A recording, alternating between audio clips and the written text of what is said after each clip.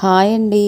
ఈరోజు recipe vegetable egg fried rice. ఎలాంటి sauce వేసుకోకుండా ఇంట్లో ఉన్న ఇంగ్రీడియంట్స్తోనే సింపుల్గా చేసుకునే వెజిటేబుల్ ఎగ్ ఫ్రైడ్ రైస్. అందరూ ఇష్టపడే సూపర్ రెసిపీ.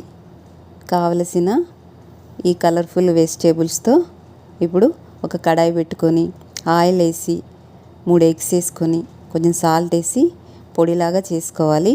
ఈ పొడిని ఎగ్ పొడిని ఒక బౌల్లో తీసి పక్కన ఉంచుకొని అదే కడాయిలో కొంచెం ఆయిల్ వేసి ఆనియన్స్, పచ్చిమిర్చి, క్యారెట్, క్యాబేజీ కొంచెం సాల్ట్ వేసి మంచిగా మగ్గించుకోవాలి.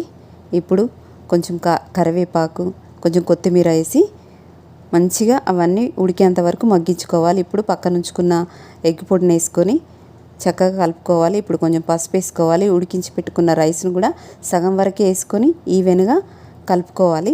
ఇప్పుడు ఈ మిగతా రైస్ కూడా దానిపైన వేసి కారము, సాల్ట్, ధనియా పౌడరు, జీరా పౌడరు, గరం మసాలా వేసి ఈవెన్గా ఫ్రై చేసుకోవాలి. అంతే, vegetable egg fried rice ready. Videos కోసం సబ్స్క్రైబ్.